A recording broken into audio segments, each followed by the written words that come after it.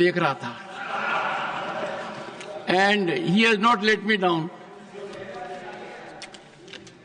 Question number 286, Shri Shakti Singh Gohil, not present. Honourable minister. पटल पे रखा गया।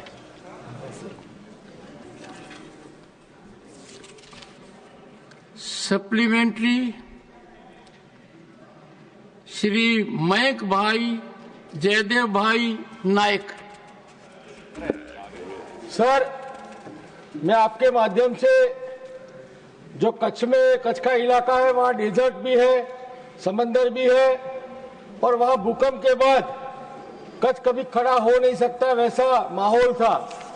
मगर तत्कालीन मुख्यमंत्री और आज के प्रधानमंत्री ने वहाँ इस क्षेत्र में कार्य किया कि वहाँ इंफ्रास्ट्रक्चर, इंडस्ट्रीज और टूरिज्म का खूब डेवलपमेंट हुआ है। मैं माननीय मंत्री जी से पूछना चाहता हूँ कि कच्छ में जो विरासत थी, पशु पंखी, पर्यावरण संबंधी पेड़ पौधे और सांस्कृतिक विरासत है, उसका एक म्यूजियम बना के आने वाले दिनों में जो पिछला कच्छ था और अभी जो कच्छ का डेवलपमेंट है, उसका कोई म्यूजियम बनाने का पर्यावरण विभाग से कोई आयोजन है कि क्या, वो मैं जानना चाहता हूँ। Honourable minister. माननीय सभापति महोदय, ये जो प्रश्न है ये कच्छ और राजस्थान के थार क्षेत्र में पाए जाने वाले गोंडावण पक्षी, जिसको गुजरात में घुराड़ कहते हैं, उसके संबंध में है और प्रश्न भी उनके कंजर्वेशन और प्रिजर्वेशन के लिए है। मैं माननीय सदस्य को बताना चाहूँगा कि कच्छ में घुराड़ पाए जाते हैं और इसके लिए कच्छ में अबड़ासा जो एक स्थान है, वहाँ पर 21 गांवों को चिन्हित किया गया है। उन गांवों में 219.79 स्क्वायर किलोमीटर को इसका कंजर्वेशन क्षेत्र घोषित किया गया है।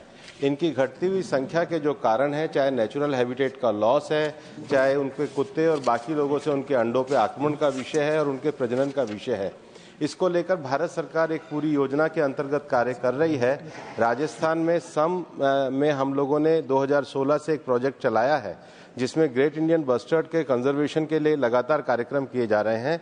और अभी हाल ही में गिर में जो राष्ट्रीय वन्य जीव बोर्ड की बैठक हुई थी, उसमें माननीय प्रधानमंत्री जी के निर्देशानुसार भी गोंडावण को बचाने के लिए विशेष परियोजना को मंत्रालय और आगे बढ़ाने का कार्य कर रहा है और निश्चित रूप से गोंडावण के बढ़ने से कच्छ क्षेत्र में भी पर्यावरण और अन्य विषयों पे, टूरिज्म में भी इसको लाभ मिलेगा। Question number 287, Shrimati PT Usha.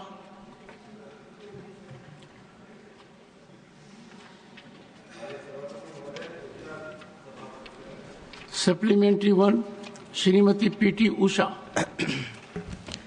Kerala is facing an extraordinary challenge due to the increasing human-animal conflict, and on average 460 deaths and 4,527 injuries were reported due to the human-wildlife conflict in 2020-24 period.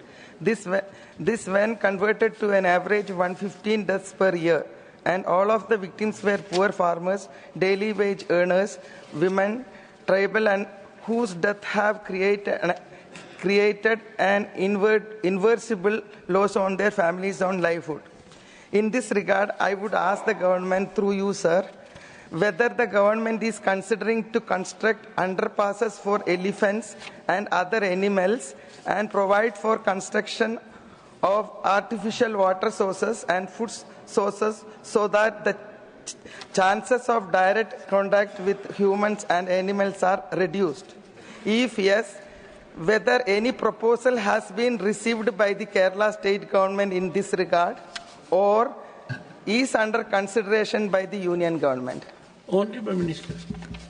माननीय सभापति महोदय, माननीय सदस्य ने एक बहुत ही महत्वपूर्ण समस्या की ओर ध्यान आकृष्ट किया है।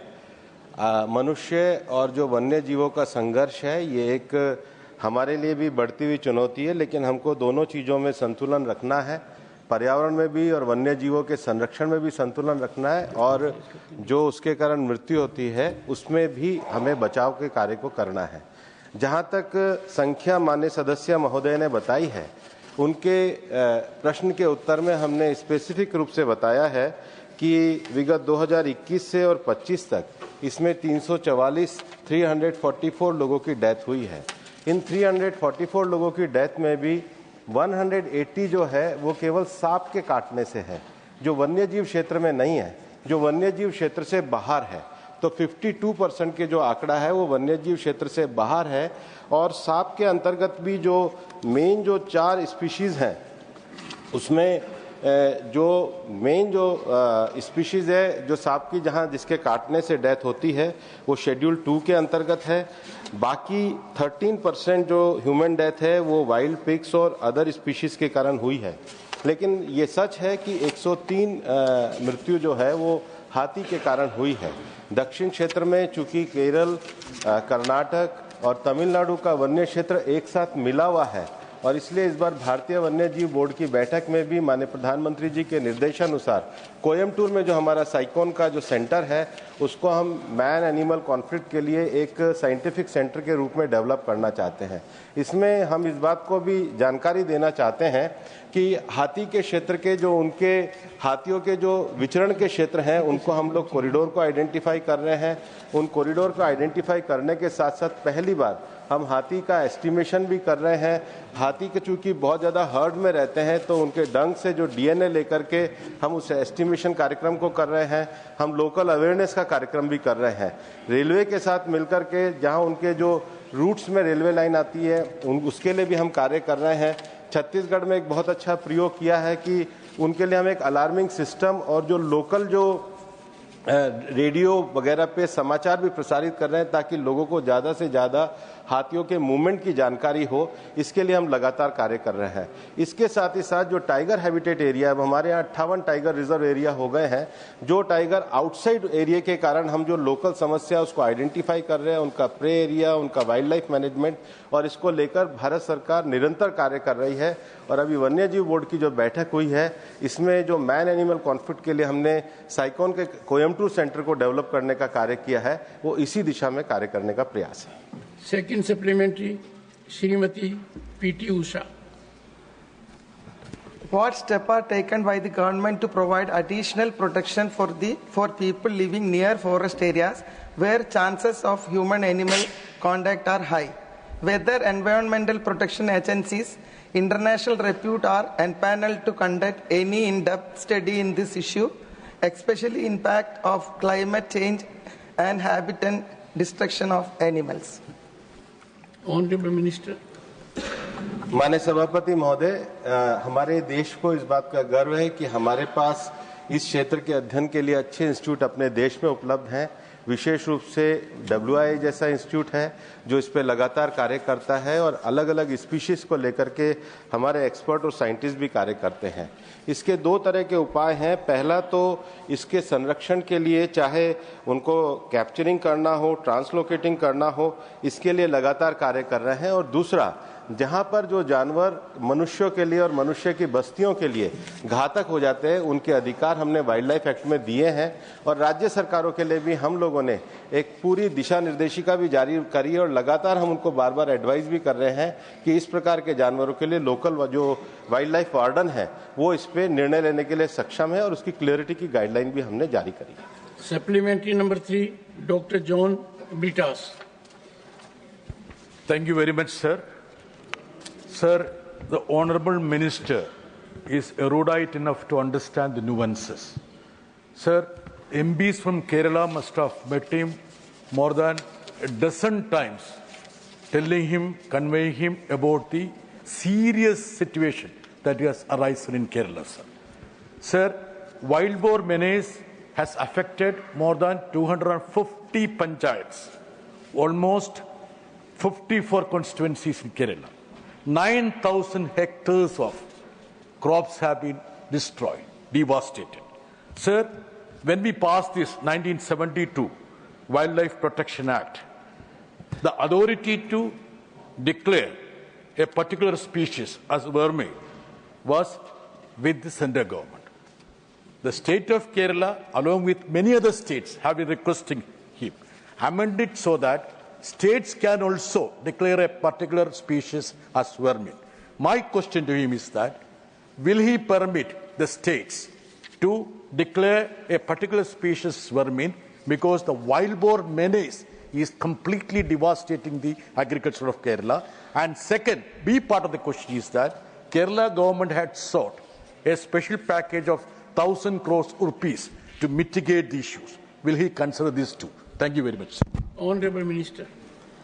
माननीय सभापति महोदय, मैं एक तो आपसे ये निवेदन करना चाहूंगा कि जॉन बिट्रास का जो 6 नंबर पे क्वेश्चन था उसी का सप्लीमेंट्री इसको मान लिया जाए, क्योंकि जो इन्होंने सप्लीमेंट्री क्वेश्चन भी पूछा है वो वर्मिंग भारत सरकार ने किसको माननीय मंत्री जी, आप नियमों के बहुत जानकार हैं जी। ऐसा करने में मेरे पास कोई सामर्थ्य नहीं है जी नहीं, मैं निवेदन उन्हीं से कर रहा हूँ, आपसे तो नहीं किया। मैं उन्हीं से, अधिकार उन्हीं का है, इसलिए मैंने कहा है कि चूंकि 6 नंबर का जो प्रश्न है वही प्रश्न जॉन बिट्रास ने पूछा है, मैं उस समय कहेंगे तो दोबारा से भी उत्तर दे दूंगा माननीय सभापति के निर्देशानुसार। मैं जहां तक जॉन बिट्रास की बात है, ये जो हमारे केरल के सांसद मिले थे उस परिस्थिति की गंभीरता को मैंने निश्चित रूप से जाना था और मैंने उन्हें कहा था कि मैं स्वयं केरल आऊंगा। फरवरी 2024 में मैं वायनाड गया भी था और विशेष रूप से आपके आग्रह पर ही वायनाड के मुल्लम तहसील में और पुल्लापल्ली में 2 जगह लगातार मैंने विजिट भी करी थी, क्षेत्र की विजिट भी करी थी और वहां पर जो मैन एनिमल कॉन्फ्लिक्ट के लिए जो प्रश्न आपने उठाया था, हमने कहा था और हमने विशेष रूप से केरल सरकार को ये लिखा था 2020 में कि अगर कोई जंगली जानवर ऐसा लगता है कि फसलों को भी क्षति पहुंचा रहा है तो आप लोकल पंचायत के लोगों को भी ये पावर दे सकते हो। केवल ऐसा नहीं है फॉरेस्ट के लोगों को पावर है, लोकल पंचायत के लोगों को भी ये पावर दे सकते हो। जॉन बिट्रास संजीदा पत्रकार हैं, अखबार पढ़ते होंगे, कम से कम मलयाली अखबार तो जरूर पढ़ते होंगे। ये हाँ, केरल के एमपी, हाँ, इसीलिए मैं कह रहा हूं कि मलयाली अखबार पढ़ते होंगे। माननीय सभापति, ये पालक्काड डिस्ट्रिक्ट में इसी फरवरी में हमने जो लीगल पावर दी है उस पावर के अंतर्गत 15 फरवरी का है, ये 35 वाइल्ड बोर मारे गए। उसके बाद ये जो दूसरा है, ये सुधरपुर टाउन पालक्काड में ये मारे गए, ये सारे चित्र हैं। अब जॉन बिट्रास ये चाहे कि हम हर आदमी को किलिंग का अधिकार दे दें, हम मनुष्यों की भी उतनी परवाह करते हैं, हम वन्य जीवों की भी उतनी परवाह करते हैं। हमारी भारतीय संस्कृति है, हम लीगल कहीं मना ही नहीं कर रहे हैं, लेकिन अगर वो केवल वो ह्यूमन राइट करने की बात करते हो तो ये भारत की परंपरा नहीं है। सर्वे भवन्तु सुखिनः का अर्थ सभी को सुरक्षित रखना है। जहां तक नुकसान करने वाले लोगों की बात है, ये चित्र इस बात को दर्शाते हैं कि पूरे अधिकारों का प्रयोग भारत सरकार के निर्देश पे केरल में लोकल म्यूनिसिपैलिटी द्वारा भी किया जा रहा है। Supplementary number 4 Shri Akhilesh Prasad. Doctor John. Thank you sir. Bihar में भी ह्यूमन एनिमल कॉन्फ्लिक्ट का एक बहुत बड़ा इशू है। आज पूरे बिहार में किसान नीलगाय की बढ़ती समस्या से परेशान हैं। राज्य के लगभग सारे जिले इस समस्या से प्रभावित हैं। कोई भी किसान आज नीलगाय के कारण कायदे से खेती नहीं कर पा रहा है। 2015 में केंद्र सरकार ने नीलगाय को वर्मिन घोषित किया था। उसके बाद बड़े पैमाने पर नीलगायों को मारा भी गया, लेकिन उससे भी समस्या हल नहीं हुई, क्योंकि नीलगायों को मारने के बारे में लोगों का अपना रिलीजियस सेंटिमेंट भी है। मैं मंत्री जी से जानना चाहता हूं कि अभी बिहार में कृषि विभाग ने जो नीलगायों को डोमेस्टिकेट करने के लिए रिसर्च प्रोजेक्ट चला रहा है, क्या केंद्र सरकार उसको किसी प्रकार की सहायता प्रदान करेगी? माननीय मंत्री जी। माननीय सभापति महोदय, ये जो नीलगाय का विषय है, हमने एक समय में बिहार में ये ऑर्डर दिया था, लेकिन ये बात सच कह रहे हैं कि एक साथ इतने जानवरों की हत्या करने से लोगों के भी सेंटीमेंट है, जो मैंने अपने पूर्व वक्तव्य में भी कहा है कि सब लोगों के एक सेंटीमेंट रहते हैं। और इसके लिए अभी जो हमारा मैन एनिमल कॉन्फ्लिक्ट में जो एक विषय हमने चलाया है रेस्क्यू सेंटर का, विशेष रूप से ये जो तेंदुए के कारण इस समय काफ़ी जगहों पे हमारे उत्तर प्रदेश के भी बिजनौर में, पीलीभीत में दिक्कत आ रही है और भी शहरी क्षेत्रों में दिक्कत आ रही है, ऐसे नीलगाय की दिक्कत है। एक अच्छा प्रयोग हम लोगों ने गिर के पास में किया है कि एक बड़े क्षेत्र में हमने रेस्क्यू सेंटर बनाया है। इस प्रकार के जो जानवर हैं उनको उस रेस्क्यू सेंटर के अंतर्गत करके और उनके नसबंदी वगैरह का भी कार्यक्रम किया जाता है। और इस प्रयोग को आगे किया जा रहा है। जो प्रस्ताव बिहार सरकार के द्वारा आए गए हैं, हमारे वन मंत्रालय के द्वारा जो प्रस्ताव उनके द्वारा अगर आए हैं, तो जो नियमों के अंतर्गत कार्रवाई है उसके अंतर्गत करके उनको भेजा गया। Supplementary number 5, Shri Mahendra Bhatt. महोदय, मैं उत्तराखंड में पिछले 3 वर्षों में 161 लोगों को वन्य जीवों ने अपना निवाला बनाया है। इसमें लेपर्ड से 66, हाथी से 28, टाइगर ने 13, भालू ने 5, सांप ने 14, अन्य जीवों ने 6। मैं माननीय मंत्री जानना चाहूँगा कि ऐसे जानवरों को शिकार करने के लिए राज्य को अनुमति देने में विलंब के क्या कारण है और क्या इसमें कोई संशोधन करने पर सरकार विचार करेगी? माननीय मंत्री जी। माननीय सभापति महोदय, मैंने अपने उत्तर के प्रारंभ में भी कहा है कि ये जो सेकंड कैटेगरी के जो स्पीशीज हैं उसको के लिए कोई केंद्र सरकार की अनुमति की आवश्यकता ही नहीं। कैटेगरी या कैटेगरी 2? सर, स्पीशीज 1 और स्पीशीज 2 है। मंत्री जी, जी सर, सेकंड कैटेगरी है या कैटेगरी 2? कैटेगरी मतलब सर शेड्यूल में दूसरा है सर। मैं सेकंड है, शेड्यूल में दूसरा है, बाकी सब समान है, लेकिन 2 श्रेणियां बनाई गई है। प्रथम श्रेणी के अंतर्गत जो है सर, उसके अंतर्गत तो राज्य का जो हमारे वाइल्ड लाइफ ऑफिसर है उन्हीं को ये पावर दी गई है। जो दूसरा है उसमें वाइल्ड लाइफ ऑफिसर वो पावर डेलीगेट भी कर सकते हैं।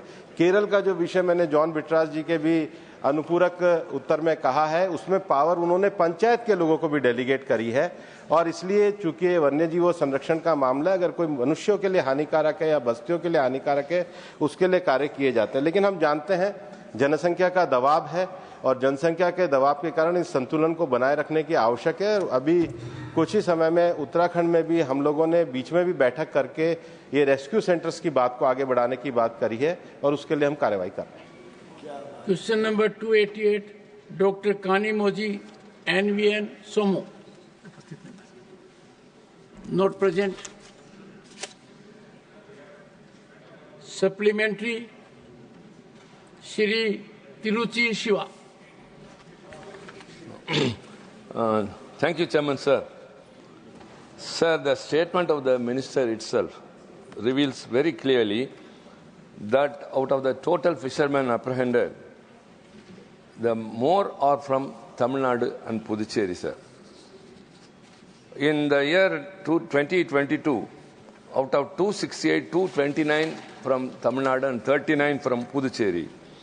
And 23, it is 240 on the whole, and 220 and 20 Tamil Nadu and Puducherry. And in 2024, sir, out of 564, 526 and 29 respectively Tamil Nadu and Puducherry.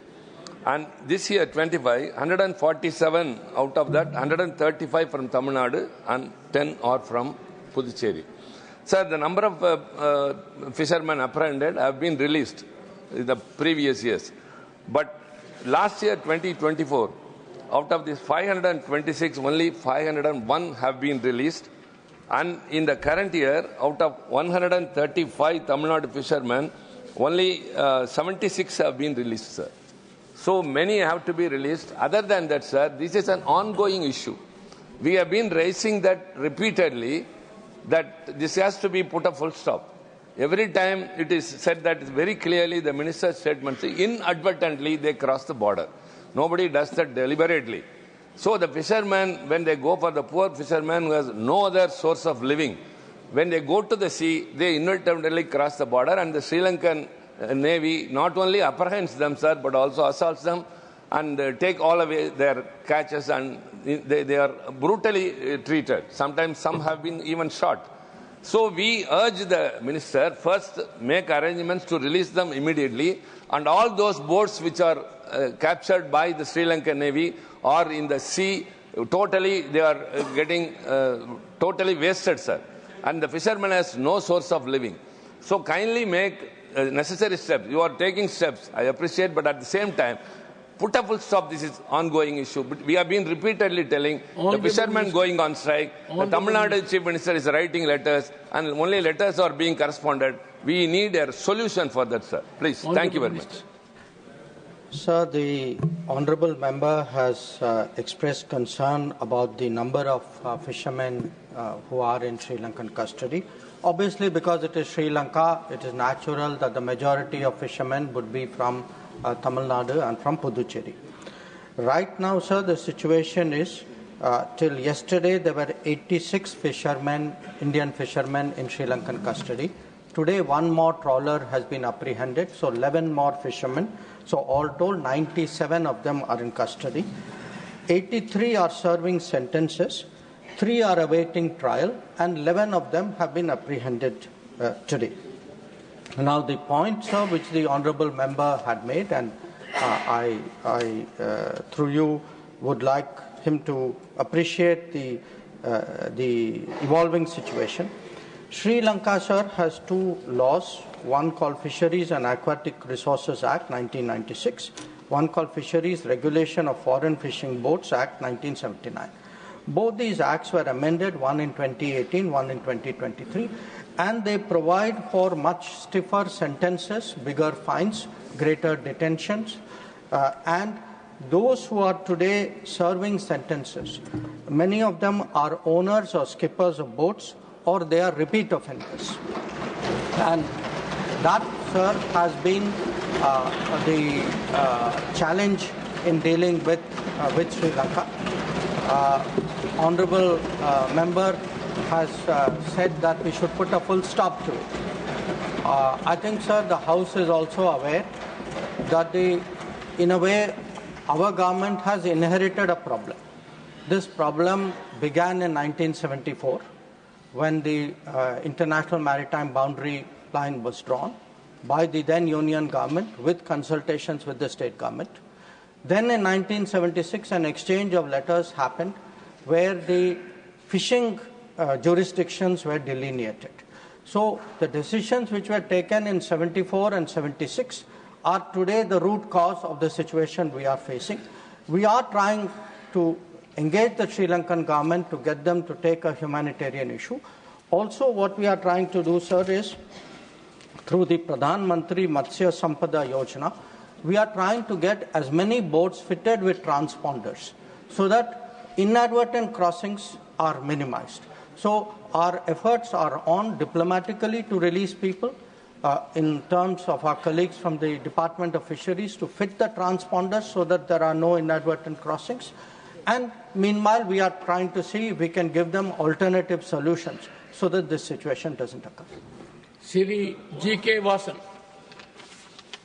Pointed.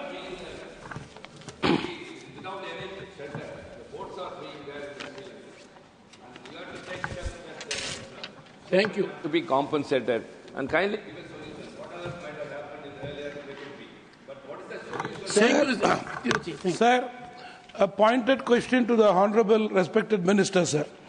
What is the long-term plan for the Government of India on the safety and livelihood of our fishermen, sir? Even last week, sir, the Government of India called fishermen from Tamil Nadu and they had a meeting, sir. I only want to tell the Minister there should be a concrete step so that fishermen livelihood are safe. Honourable Minister. Sir, the long-term plan rests on 2 initiatives, not of my ministry, but one of our other ministries, sir. One is the Pradhan Mantri Matsya Sampada Yojana. It has an allocation of 20,050 crores, and the purpose of it is to fit boats with transponders so that you don't have this inadvertent crossing, acquisition of boats, nets and training, to look at supporting deep sea fishing vessels and giving them equipment, and looking for alternatives, which is sea ranching of shrimps, seaweed and bivalve culture, new fish culture techniques, cage culture, cold chain technology. There is also, sir, a fund called Fisheries Aquaculture Infrastructure Development Fund, FIDF, which has an allocation of 7,522.48 crores. So between these, the idea is to provide alternatives. But to do this, sir, we need, certainly the union government is taking the lead, but we need the cooperation of the state government. We need the fishermen's committees also to cooperate with us so that there is an understanding of what it is which will minimize the risk to our fishing community. Sri Ashok Chauhan. Thank you, Chairman, sir, for allowing this supplementary. Chairman, sir, this issue of detention of Indians, not only in the case of fishermen, but generally we observe that Indians who are going abroad, recently I am just quoting a small incident which, of course, not relevant to the immediate question which has been asked, that from Basmat Taluka of Maharashtra, a person who had gone to Iran was illegally detained there for no rhyme or reason. For about 1 month, his relatives were not aware where he is, whether he is alive or whether he is dead. And we had to literally pursue this case, and then he was sent back to India. There was no reason for why he was detained. There were no records maintained in the prison where he was kept, and for no rhyme of reason, then they simply had to send him back. My simple question to the Honourable Minister is that whenever Indians who are detained illegally, I am not talking about illegal immigrants, I am talking about people who have gone legally abroad for job, for business, for any other purposes. If they are detained in any country, immediately his relatives establish some mechanism set up by the ministry that his relatives are immediately informed that so-and-so person has been detained in this country for whatever reason it is. And secondly, a mechanism set in the embassy to ensure that there is speedy disposal of the issue and he is sent back to his country or detained as per the case existing. That's all. Honourable Minister. Sir, I would like to inform the Honourable Member that we are very much aware of this case. In fact, the family got in touch with us very early in this case. Our embassy was very proactive. The ambassador himself took up the matter with the Foreign Ministry. As a result of the efforts of the embassy, this particular person was released. We have protested to the Iranians about the manner in which he was detained. So we certainly want the House, sir, to be aware, the Indians travelling abroad to be aware that the government does everything to make sure that they are safe and secure. We advise people whenever they go to any country, if they are going to live in that country, to register with the embassy, because we need to have their contact points. But in this particular case, for example, it was a casual traveler. He was not resident out there, but nevertheless we intervened in a very, very forceful manner.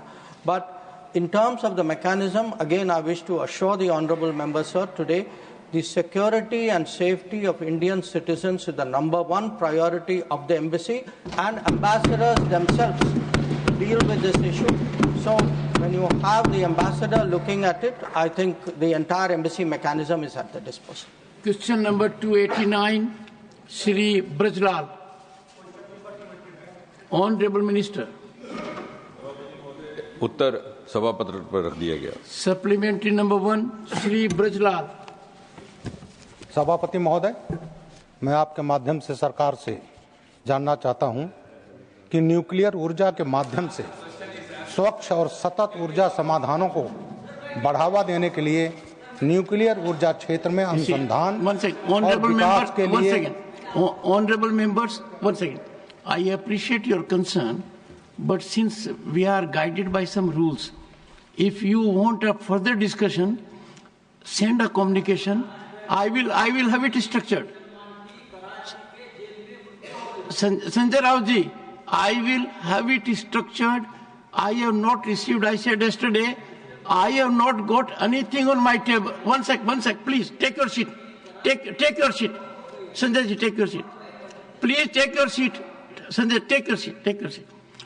I have not received any communication for any formal discussion so far on any issue on my table. The moment it comes, it will receive my earnest attention, Honourable Minister. पूरा हुआ sir. Supplementary 1. धन्यवाद chairman sir. मैं आपके माध्यम से सरकार से पूछना चाहता हूं कि न्यूक्लियर ऊर्जा के माध्यम से स्वच्छ और सतत ऊर्जा समाधानों को बढ़ावा देने के लिए न्यूक्लियर ऊर्जा क्षेत्र में अनुसंधान और विकास के लिए कोई निधि निर्धारित और जारी की गई है? यदि हाँ, तो संबंधी ब्यौरा क्या है? माननीय मंत्री जी. सभापति महोदय, माननीय सदस्य ने बड़ा महत्वपूर्ण प्रश्न किया है और इससे अवसर रहेगा कि बाकी हाउस से भी ये जानकारी साझा की जाए. अभी हाल ही में इस बजट में न्यूक्लियर मिशन की घोषणा की गई है and I don't know how much it has been realized and how much of attention this announcement has received even in the media and the public domain.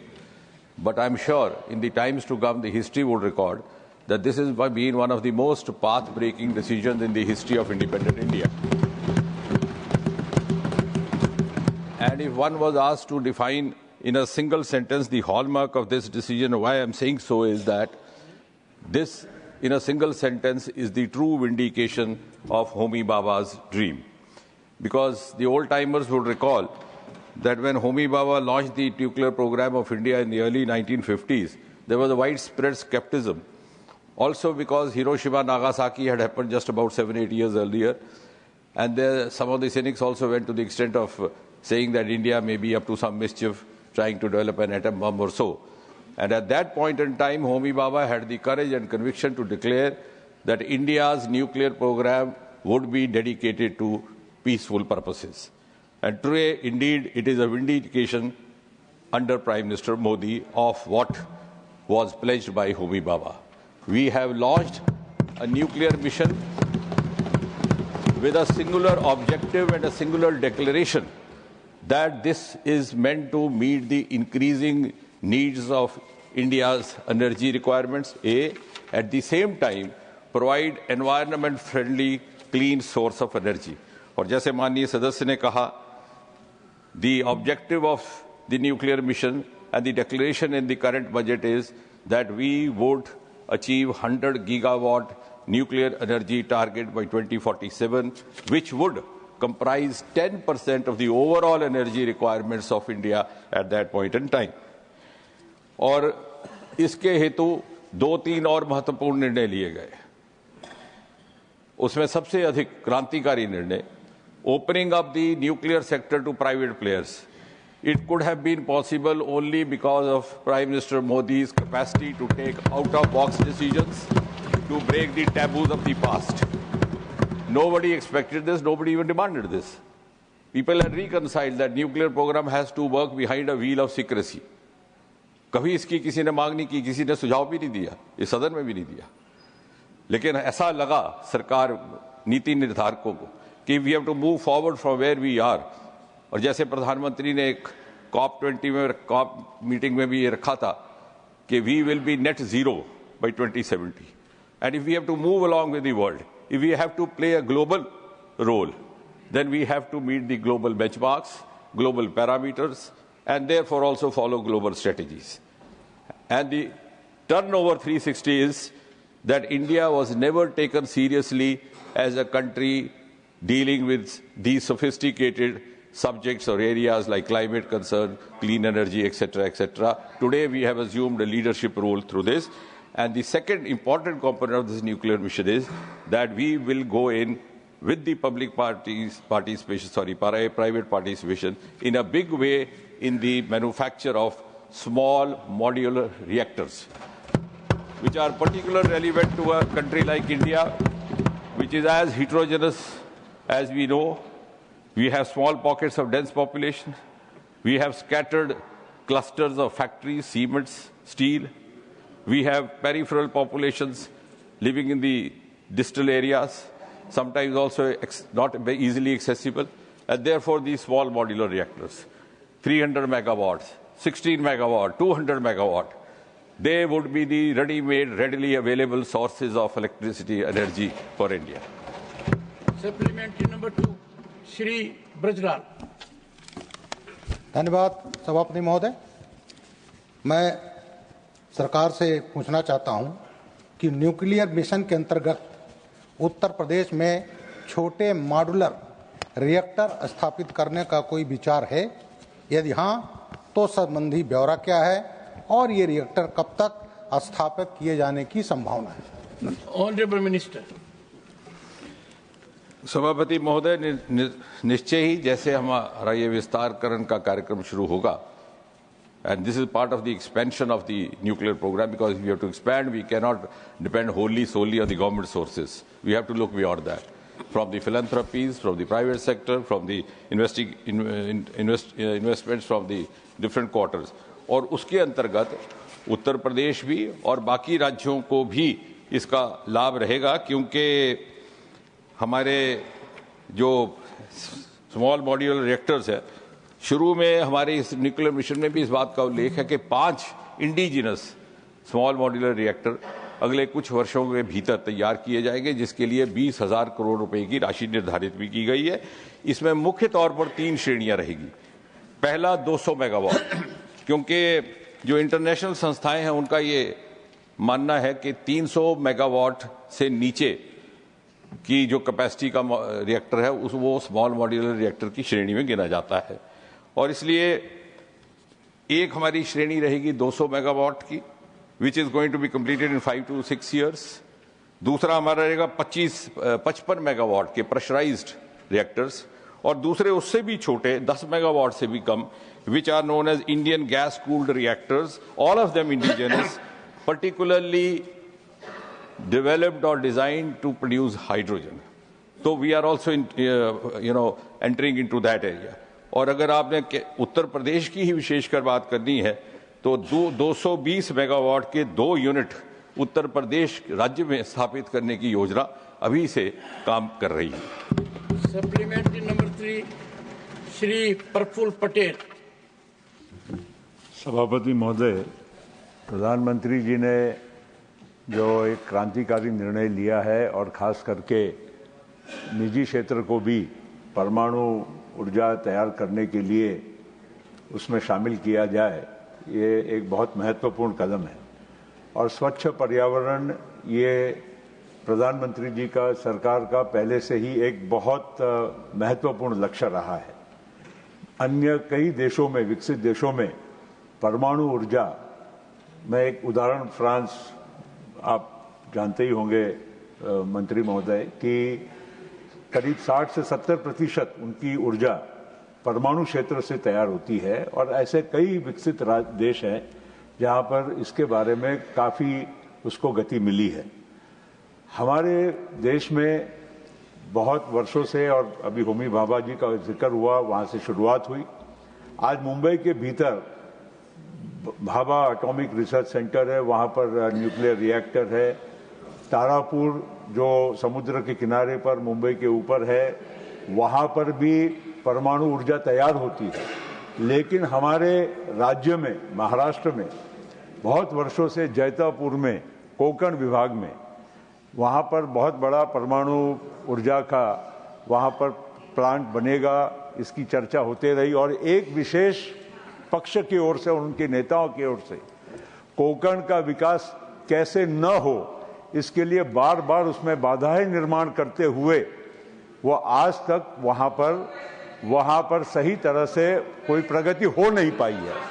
और मैं इसलिए पूछ रहा हूं कि केवल राजनीतिक विरोध के वजह से वहां पर कोंकण का विकास नहीं हो रहा है। तो मैं माननीय मंत्री महोदय से ये जानना चाहता हूं कि जैतापुर के बारे में क्या विशेष हो रहा है, और कोंकण के विकास में केवल जैतापुर न्यूक्लियर पावर ही नहीं, चाहे वहां पर रिफाइनरी हो, पोर्ट हो, हर चीज का विरोध होता है। तो जैतापुर, और कुछ लोग उनको बिना सोचे समझे साथ भी देते हैं, तो इसके बारे में आपके पास क्या जानकारी है? माननीय मंत्री जी। सभापति महोदय, माननीय प्रफुल्ल पटेल जी बड़े वरिष्ठ सदस्य, और उन्होंने बड़ा एक संजीदा प्रश्न भी रखा है, उसका कुछ एक उत्तर उन्होंने स्वयं भी दे दिया। तो उस राजनीतिक भाग में ना जाते हुए, क्योंकि वो आपने स्वयं ही उसको निपटा लिया है, लेकिन जो उसका अपडेट जैसा आपने माननीय सदस्य ने मांगा है तकनीकी तौर पर, ये सत्य है जैसे उन्होंने अपने मूल प्रश्न से पहले बात रखी कि न्यूक्लियर प्रोग्राम जहां जहां भी, और मैंने अपने आरंभिक वाक्यों में भी ये कहा था कि जो भी देश विकसित होकर के वहां तक पहुंचे हैं, उन्होंने खुल करके प्राइवेट सेक्टर को अपने साथ एंगेज किया है। और वर्तमान सरकार ने प्रधानमंत्री जी के ही निर्देश अनुसार स्पेस में भी बड़ा सफल प्रयोग किया, जो आज इतनी ज्यादा हम सिंगल डिजिट स्पेस स्टार्टअप्स हुआ करते थे 5-6 वर्ष पहले तक। जब से स्पेस रिफॉर्म्स आई गई, प्राइवेट सेक्टर को खोला गया, हम बढ़ करके 300 हो गए। And now we are going to be we are already $8 billion space economy. In 7-8 years, we'll multiply 5 times, 6 times, going to 44 billion. इतनी तेज रफ्तार से बढ़ने लगा। So all our success stories in the last 10 years under Prime Minister Modi have been because of a very open, forthcoming approach not having any kind of skepticism or status quoist mindset. इसी प्रकार vaccine में शायद कभी कभी इस बात का एहसास नहीं होता कि India was never taken seriously as a health care society. अगर हम बीमार भी पड़ जाते तो 4 दिन हम इंतजार करते to get things worsen and then see a doctor. आज उसी देश ने दुनिया का पहला वैक्सीन कोविड का तैयार करके देश भर में मान्यता प्राप्त की that we are leaders in preventive health care. और ये सब भी इसलिए हुआ कि प्राइवेट सेक्टर को इन्वॉल्व किया. प्रधानमंत्री ने मिशन सुरक्षा कोविड में जब प्रारंभ की तो दिन प्रतिदिन उसकी मॉनिटरिंग हुआ करती थी. और इस lot of personal effort on the part of the prime minister and his office has gone into that. Now coming straight to the Jaitapur का ये प्रोजेक्ट 6 यूनिट का है. पहले मैं मूलतः बता दूं, इसमें प्रत्येक यूनिट की कैपेसिटी है 1730 मेगावाट. मल्टीप्लाइड बाई 6 बन जाती है 3380 megawatt, which is a substantial capacity as rightly pointed out by the honourable member Shri Praful Patel ji. And जब ये फंक्शनल हो जाए, जैसा माननीय सदस्य ने कहा, तो इसका महत्व ये रहेगा कि जो हमने 100 गीगावाट का न्यूक्लियर मिशन में लक्ष्य रखा है सन 2047 तक, Jaitapur alone will be able to meet 10% of the 100 megawatt. अब इसमें स्टेटस क्या है, इन्होंने यही ठीक कहा कि काफी समय से चल रहा है. पिछले सत्र में भी इस बात पर जिक्र आया था. इसमें हमारा लैंड एक्विजिशन हो गया जो पहले था. उसके बाद R&R पैकेज होता है हमारा, रीसेटलमेंट एंड रिहेबिलिटेशन, जो NPCI और महाराष्ट्र सरकार के बीच में MOU के तहत वो भी अंजाम दे दिया गया. एनवायरनमेंट, अब आप देखिए ये प्रोजेक्ट शुरू हुआ था पिछली सरकारों में, लेकिन इतना विलंब किया गया कि बहुत सारी अप्रूवल्स ही एक्सपायर हो गए. यानी the project didn't take off but the approvals had expired. For example, environment clearance had been obtained till November 2022. अब जब ये सरकार आई है, जब हम कहीं आगे तक पहुंचे तो हमारे सामने ये समस्या आई कि उस एनवायरनमेंट अप्रूवल को फिर से क्लियरेंस को करना है और उसके लिए उसको भेजा गया. अब हमारे पास टर्म्स कंडीशंस आ गई हैं and that is soon being followed up. उसके बाद 2008 में इंडिया एंड फ्रांस, जैसे माननीय सदस्य ने कहा, ये हुआ था. फिर अगले 5-6 वर्ष को इसमें ज्यादा प्रगति नहीं हुई. मैसर्स अरेवा एक कंपनी थी फ्रांस की, उसके साथ एक मुआहिदा हुआ. फिर 2016 में for no fault of ours और no shortcoming on any part, it happened on their side. European एक फंड आ गया, यूरोपियन EDF करके एक संस्था बनी, which took over the functions of messrs अरेवा.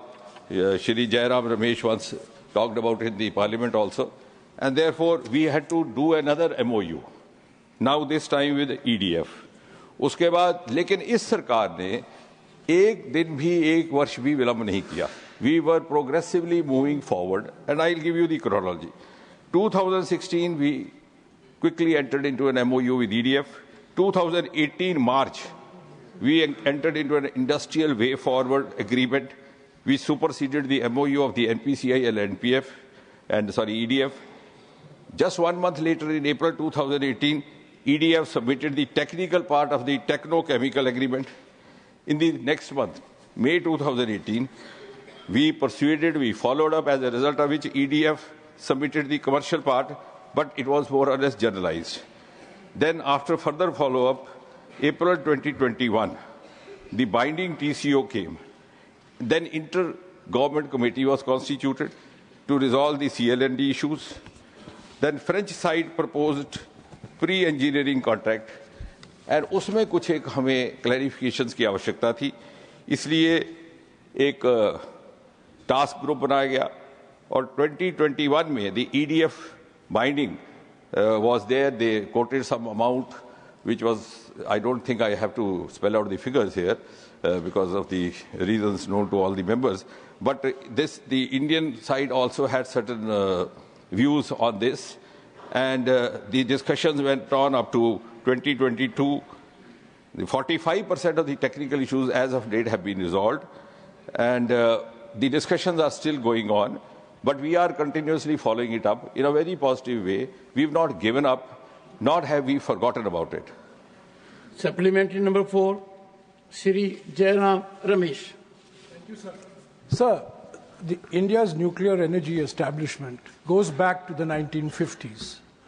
And it is the leadership of India's first Prime Minister and the scientific vision and determination of Homi Bhabha that set India on the path of nuclear self-reliance.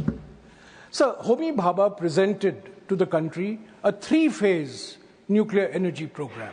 Phase 1 based on uranium, Phase 2 based on plutonium, and Phase 3 based on thorium. Now, India has about 25% of the world's reserves of thorium.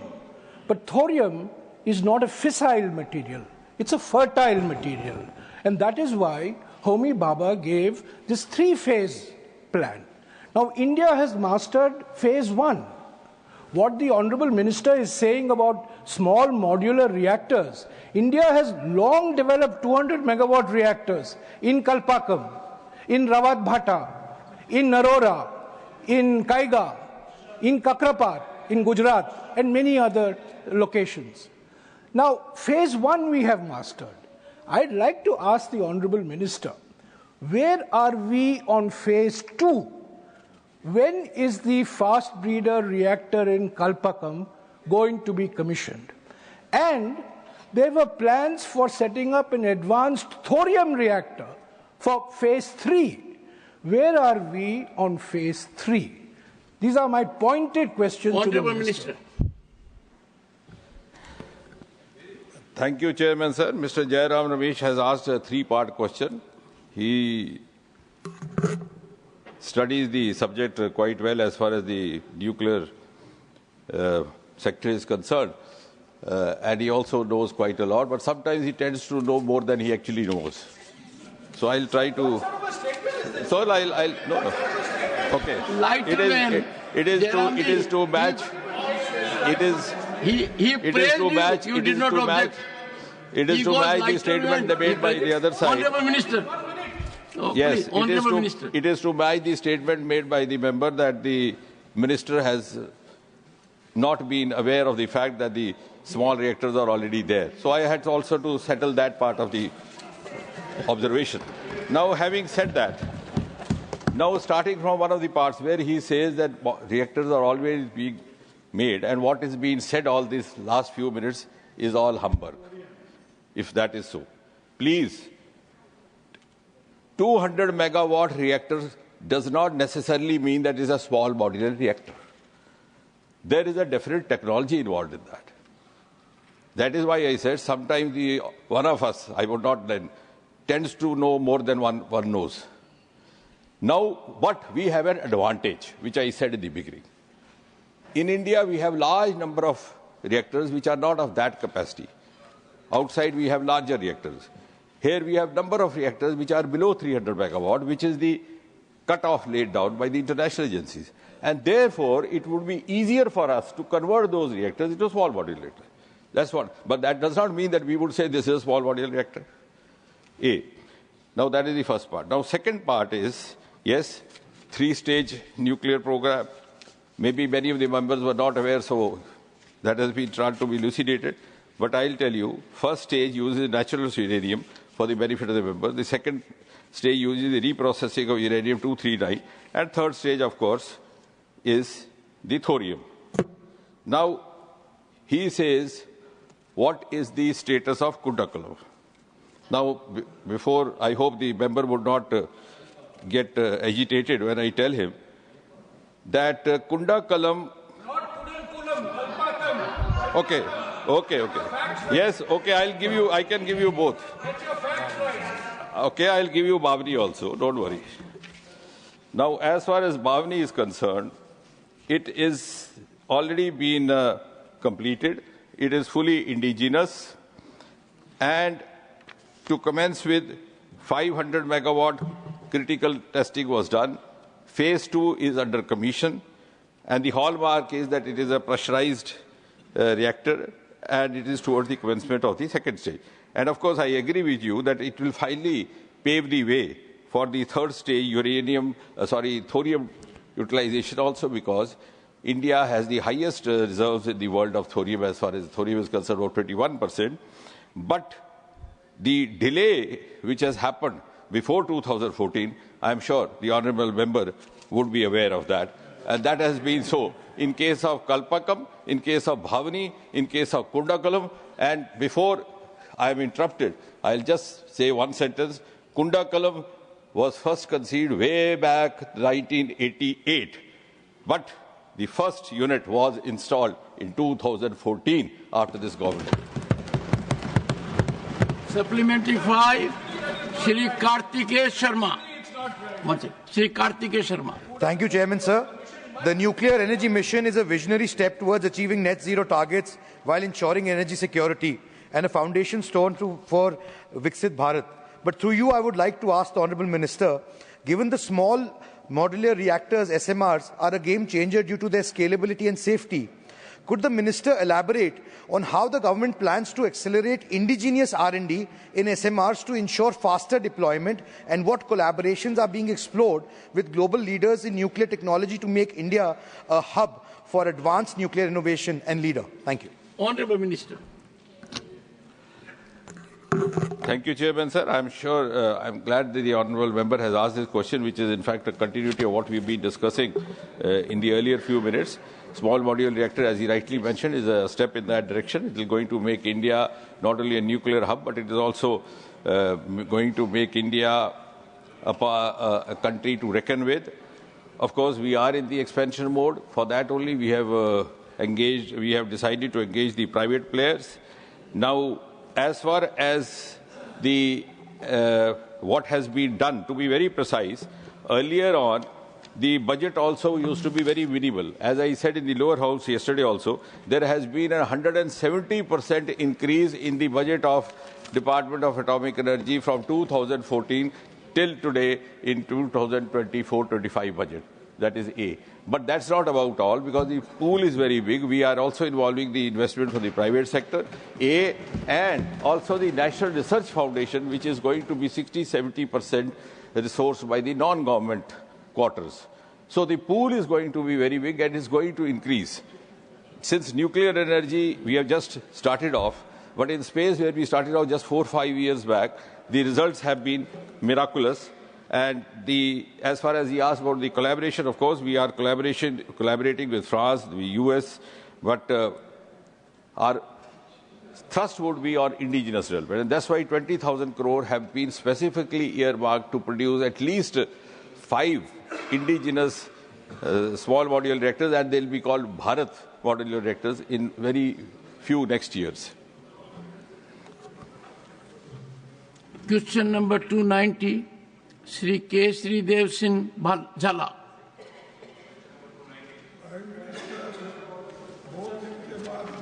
Honourable Minister. Honourable Minister. Honourable Minister. Supplementary number 1. Thank you, Chairman, sir.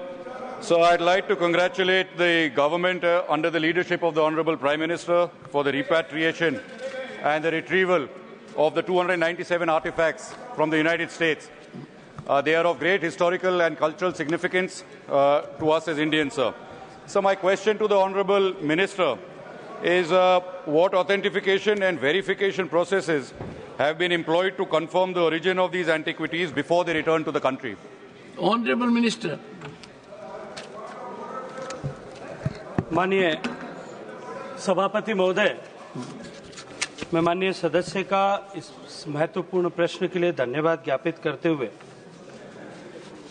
अपना उत्तर देने से पहले सदन के माध्यम से राष्ट्र के संज्ञान में लाने के लिए इतना निवेदन करना चाहता हूं कि 1955 से लेकर के 2014 के बीच में 1970 में इंटरनेशनल कन्वेंशन आ जाने के बावजूद भी देश में केवल 13 ऐसी एंटिक्विटीज थी जो भारत को लौट करके वापस भारत में आई।